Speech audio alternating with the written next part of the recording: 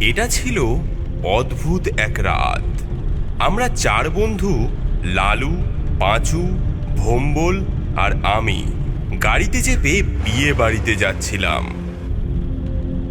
গাড়িটা ছিল আমাদের মহাভারতের যুগের মতো পুরনো, আর রাস্তা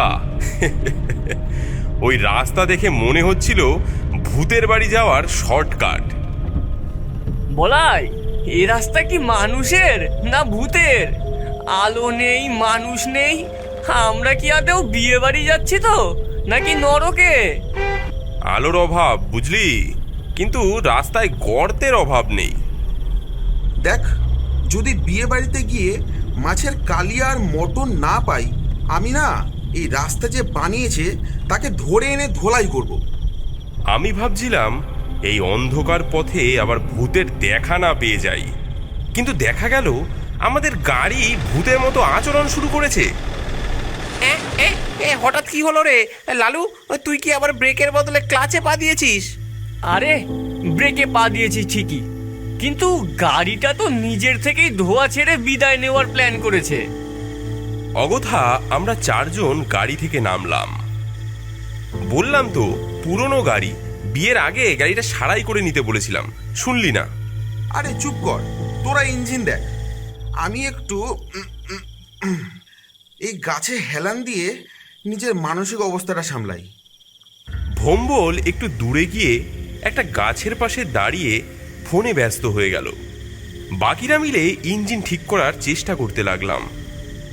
ঘন্টাখানেক মেরামতির পর ইঞ্জিন চালু হলো। আমরা হাঁপ ছেড়ে বাঁচলাম, কিন্তু তখনও আমরা জানতাম না একটু পরেই কি বিপদ আসছে। গাড়িতে আমরা চারজন ছিলাম, কিন্তু যখন আবার গাড়িতে উঠে বসলাম তখন দেখি গাড়িতে একজন অতিরিক্ত লোক বসে আছে। আরে তুমি কি? আমি ভুটু, আমিও ওই বিয়ে বাড়িতে যাচ্ছি। একা যেতে ভয় লাগছিল তো, তাই তোমাদের সঙ্গে বসে পড়লাম। বললেই হলো, একা যাচ্ছিলে আর আমাদের গাড়িতে ঢুকে পড়লে। আরে ভাই, একে তো রাত, তার উপর এই রাস্তা, শিয়ালবাগের ডাক শুনছো তো? আমি ভাবলাম তোমাদের সঙ্গে থাকলে নিরাপদে পৌঁছতে পারবো। এই লোকটাকে আমার সুবিধার মনে হচ্ছে না। ভয় পেও না, আমি খুব সোজা সাদা সিধে লোক গো। ভুটু নিজেকে খুব সোজা সাপটা লোক বলে চালাচ্ছিল, কিন্তু তার চোখের চাহনি আর অদ্ভুত হাসি দেখে আমাদের মনে হচ্ছিল এ লোক নিশ্চয়ই কোনো ঝামেলা করবে। এ লোকটা একটু বেশি সোজা বলে মনে হচ্ছে। কিছু গন্ডগোল নেই তো রে? ডাকাত নয় তো? আজকাল বিয়ে বাড়ির নাম করে লুটপাট করে। আরে না না, আমি ডাকাত নই গো, তবে গল্প করতে ভালোবাসি।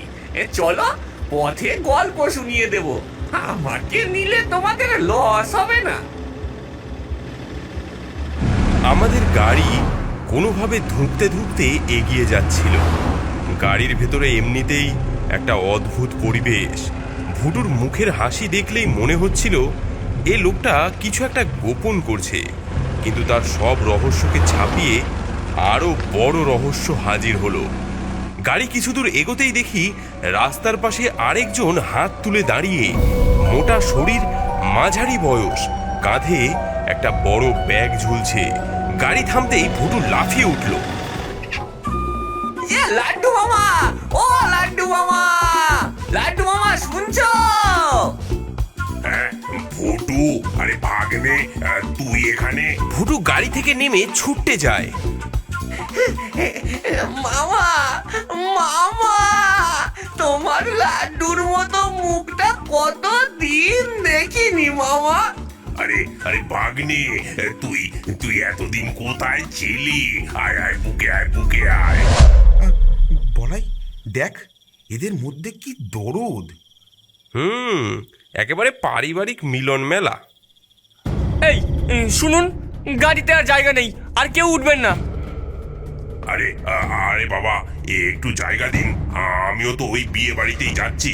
ভাগ্নের সঙ্গে গেলে মন্দ কি? আরে আমাদের গাড়ি ছোট, এত লোকের যে জায়গা হবে না। হ্যাঁ, তা বলছেন যখন। লাড্ডু মামা আমাদের দোটানা দেখেই তিনি একটু ঝুঁকে কষ্ট পাওয়ার ভান করলেন, এমন করুণ মুখ করলেন যেন আমরা তাকে উঠতে না দিলে মহা পাপ হবে। অবশেষে আমরা রাজি হয়ে গেলাম। আরেকজন, এটা গাড়ি না লোকাল বাস? ও মামা, মামা ওঠো ওঠো, উঠে বসো। মামা গাড়িতে উঠে বসেন। গাড়ি আবার চলতে শুরু করে। লাড্ডু মামা পেছনের সিটে আরাম করে বসে পড়েন। আরে ভাইপো, বেশ ভালো হলো, আমিও এই বিয়ে বাড়ির দিকেই যাচ্ছিলাম। তোমাদের গাড়ি পেয়ে ভালোই হলো। তোমরা কি বিয়ে বাড়ির দাওয়াত খেতেই যাচ্ছ, নাকি আমাদেরকেই পেটের দাওয়াত করতে? কোনটা? আরে বলে কি, আরে না না, আমরা ভালো মানুষ, বিয়ের ভোজ খেতেই যাচ্ছি। শুনেছি দারুণ মেনু হয়েছে।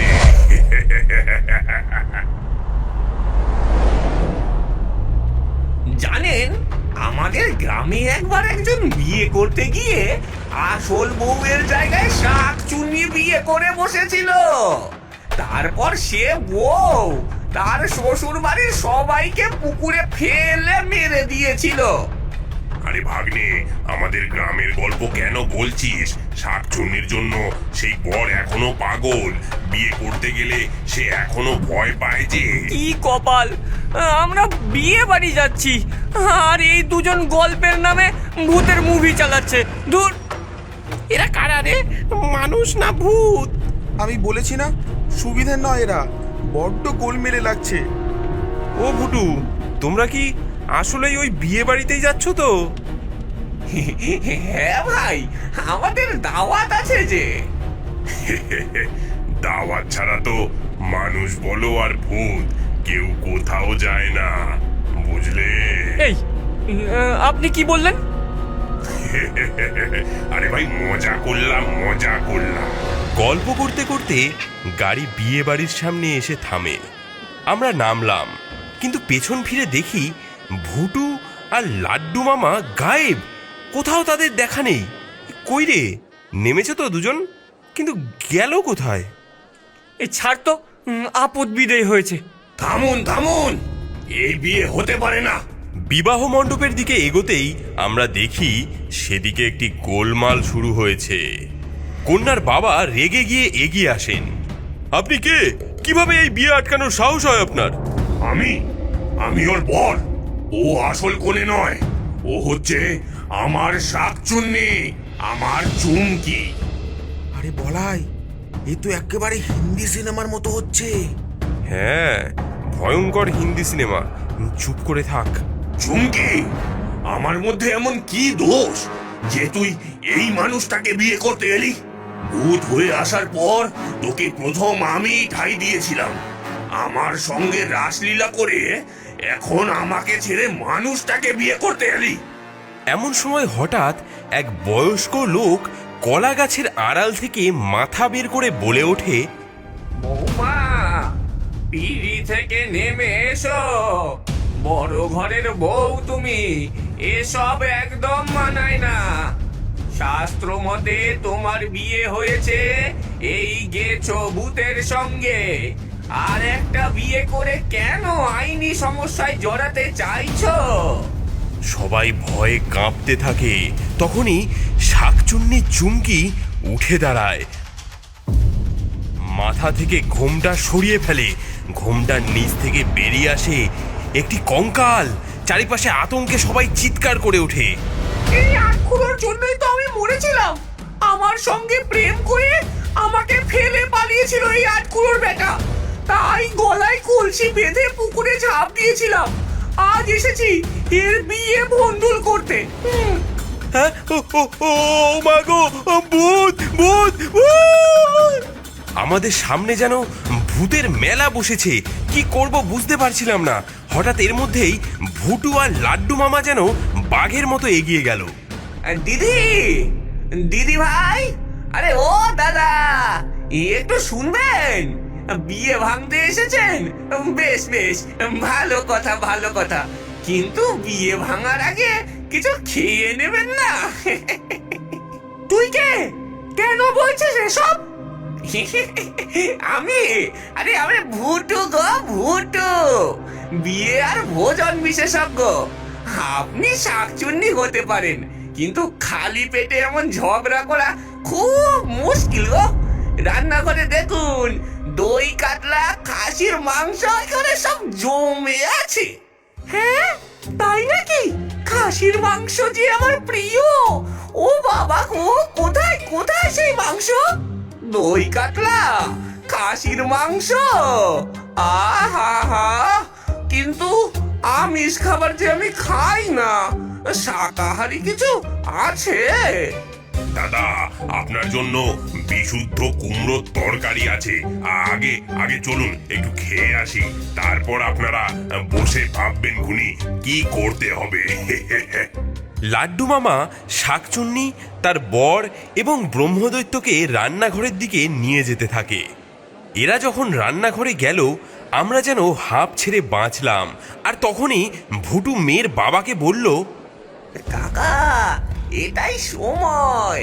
শাকচুন্নি যতক্ষণ রান্নাঘরে ব্যস্ত, ততক্ষণে বিয়ে সেরে ফেলুন। হ্যাঁ, আসল কন্যাকে কেউ সাজঘরে দড়ি দিয়ে বেঁধে রেখেছিল। এই যে এই যে নিয়ে এসেছি তাকে। হ্যাঁ মা, আয় মা আমার। মেয়ের বাবা অস্থির হয়ে পড়েন। ব্রাহ্মণ দ্রুত মন্ত্র শুরু করেন এবং বিয়ে সম্পন্ন করেন। এমন ভুতুরে বিয়ে আর কখনো দেখিনি মাইরি। অন্তত বিয়েটা তো হলো, এখন খাবার নিয়ে আবার ঝামেলা না হয় তাহলেই হবে। আমার মেয়ের বিয়েতে যা ঘটেছে তা সম্পূর্ণ ভুতুরে কাণ্ড, কিন্তু আমি বাবা হিসাবে অনুরোধ করব, দয়া করে কেউ না খেয়ে যাবেন না। বিয়ে তো শেষ হলো, এবার মূল পর্ব শুরু, সেটা হলো খাওয়া। আমাদের চারজনের পেটে তখন সিংহের গর্জন, কিন্তু সমস্যা হলো খাবারের ভিড়। প্যান্ডেল দেখে মনে হচ্ছিল যেন পুরো গ্রাম নিমন্ত্রণে এসেছে। আমাদের সঙ্গে ছিল আরও দুই বিশেষ অতিথি, ভুটু আর লাড্ডু মামা। এরা যে কতটা খাইয়ে আর কুচুটে তা তখনও পুরো বুঝিনি। আমরা টেবিল খুঁজতে খুঁজতে ক্লান্ত হচ্ছিলাম। আরে আরে দেখ, পুরো স্টেডিয়াম ভর্তি। টেবিল না পেলে শুধু পেট কেন, মনও খালি থেকে যাবে। কিন্তু ওই ওই দেখ, ওরা দুজনে খালি ঘুরঘুর করছে। টেবিল ধরে থাক, এনারা উঠলেই আমরা বসবো।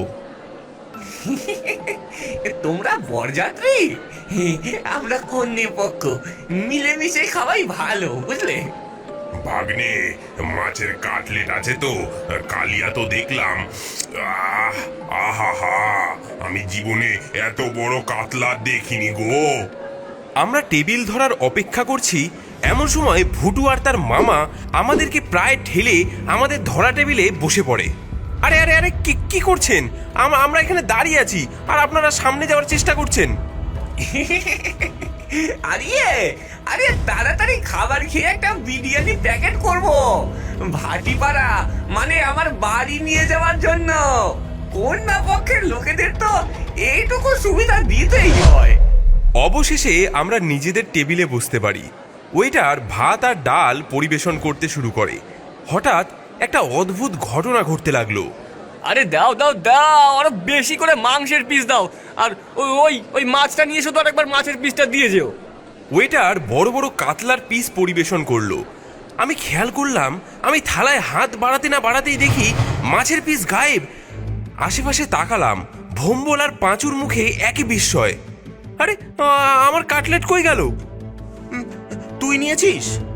আরে আমার প্লেটেও তো নেই।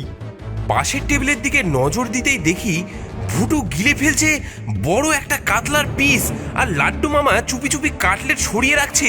আমি চিৎকার করে উঠলাম, তোমরা খাবার চুরি করছো? কি বলছো ভাই? হ্যাঁ, কি বলছো? তোমাদের থালা থেকে খাবার চুরি করতে যাব কেন? আমরা তো নিজেরা বাড়ি থেকে এনেছি। এই দেখো। মটন আসতেই দেখি সেই একই ঘটনা। 4 বন্ধু হতবাক। পাঁচু ওয়েটারকে ডেকে অভিযোগ জানালো, দেখুন তো মাংস আসছে কিন্তু কয়েক সেকেন্ডেই কোথায় যেন উধাও হয়ে যাচ্ছে। খাবার তো ঠিকই পরিবেশন করছি, কিন্তু কোথায় যাচ্ছে বুঝতে পারছি না। আমরা আবার পাশের দিকে তাকালাম। ভুটুর মুখে মাংস আটকে আছে আর লাড্ডু মামা একটা থালার নিচে মাংসের পিস লুকোচ্ছেন। আমি আর লালু একেবারে চেঁচিয়ে উঠলাম, আরে ওই দেখ, চোর তো ওরাই। ওই দেখ, হ্যাঁ চোর তো ওরাই। আরে ভাই, এটা তো বাড়ি থেকে এনেছি। তোমরা তো চেঁচাও কেন গো? একে খিদের জ্বালায় পেটে আগুন জ্বলছে, তার উপর মুখের সামনে থেকে ভালো ভালো খাবার সব গায়েব হয়ে যাচ্ছে। এমন সময় পাঁচু আর সহ্য করতে না পেরে এক লাফ মেরে ঝাঁপিয়ে পড়লো ভুটু এবং তার মামার গায়ের উপরে। সব খাবার বেটার ছেলেরা চুরি করে নিচ্ছে, আর সহ্য করতে পারবো না। বেটা বার কর আমার খাবার দে, তোর পেট থেকে সব খাবার বার করবো আমি। এমন সময় সেই ভুটু এবং তার মামা দুটি বড় কঙ্কালে পরিণত হয়ে গেল। পাঁচু এবং সেই দুটি কঙ্কালের মধ্যে ঝাপটি ঝাপটি হতে লাগলো। আমরা সামনে গিয়ে তাদের ছাড়াতে লাগলাম, কিন্তু কিছুতেই ছাড়াতে পারলাম না। দে দে বেটা, বার কর আমার খাবার দে, বার কর। আমার খাবার বার করতে।